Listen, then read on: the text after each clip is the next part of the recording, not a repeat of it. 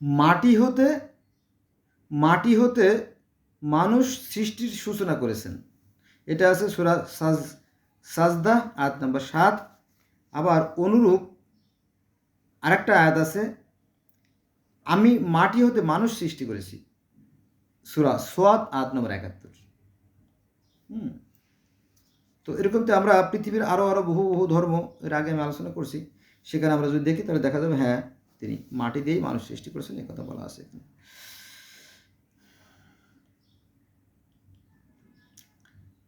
একটা আয়াত আলোচনা করি।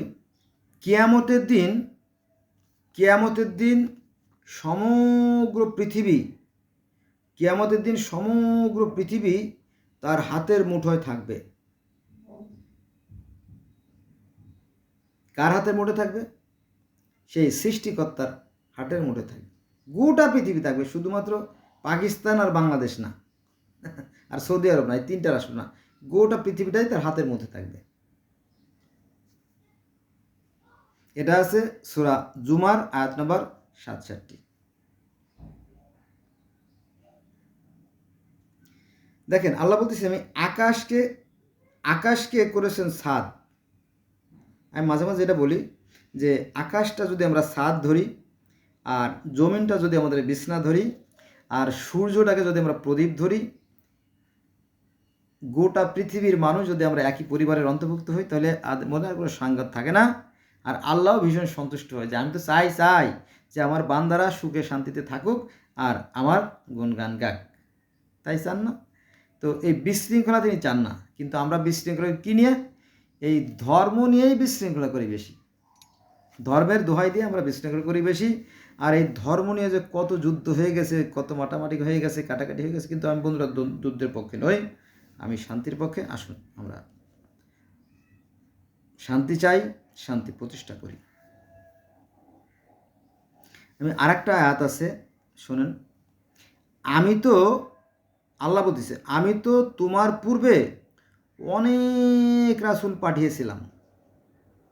নবী মুহাম্মদ সাল্লাল্লাহু আলাইহি ওয়াসাল্লাম বলতেছে আল্লাহ যে আমি তো তোমার পূর্বে অনেক রাসূল পাঠিয়েছিলাম, তাদের কতকের কথা তোমার নিকট বিবৃতি করেছি এবং কতকের কথা তোমার নিকট বিবৃতি করি নাই বা করা হয় নাই। এটা আছে সূরা মুমিন আয়াত নম্বর 78। তার মানে পৃথিবীতে এর আগে অসংখ্য নবী রাসূল আসছেন, যাদের নাম কি যদি এই কোরআনে ঢুকানো হয়, তাহলে এর পারা সংখ্যা এত বেশি হয়ে যাবে যে মানুষ পড়তে চাইবে না, বিরক্ত হয়ে যাবে, তাই না?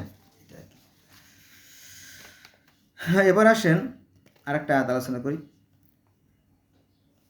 নিশ্চয়ই আল্লাহর দল বিজয়ী হবে। এই আয়াতটা আমি বুঝতে পারি না, আল্লাহর দল কেন হবে? আল্লাহ তো একা, আল্লাহর দল হলে তো সেটা আবার কেমন হয়ে গেল না? আল্লাহর আবার দল হয় নাকি? এটা আমি বুঝতে পারি নাই যদিও।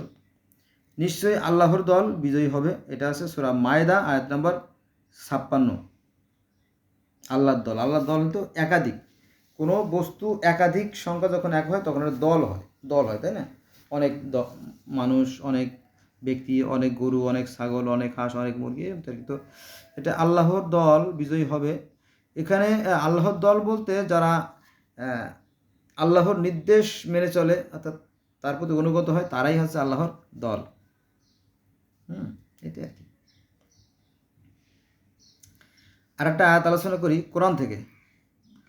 প্রচার করা ছাড়া রাসূলের অন্য কোনো কর্তব্য নেই।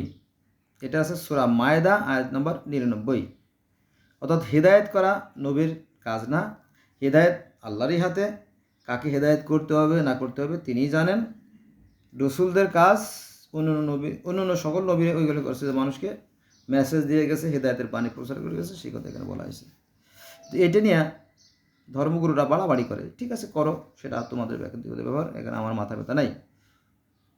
এখানে বলা হয়েছে একটা পাতাও পড়ে না, কোনো একটা গাছের পাতাও পড়ে না, বা একটা বালু কণাও স্থানান্তরিত হয় না, যা আল্লাহ পাক জানেন না। তাহলে সবই তো তিনি জানেন, সবই তিনি বোঝেন, এবং হেদায়েতের মালিকও তিনি। আপনার মাথা ব্যথা কেন? আপনি কেন কুপাকুপি করতে যাবেন? এ আপনারা কে শিখাইছে? এটা কে শিখাইছে আপনাকে বলেন? কিন্তু কিছু ইয়াং যুবক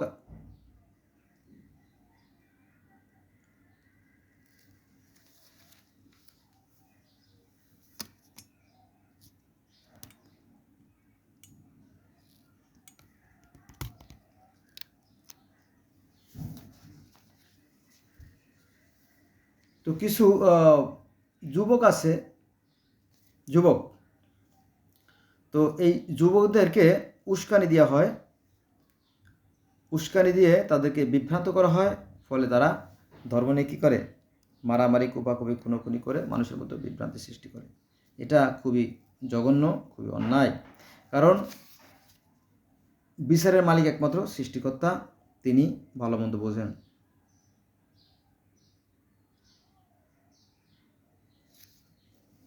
বন্ধুরা, তাহলে আজকে এ পর্যন্ত রইল। সবাই ভালো থাকবেন।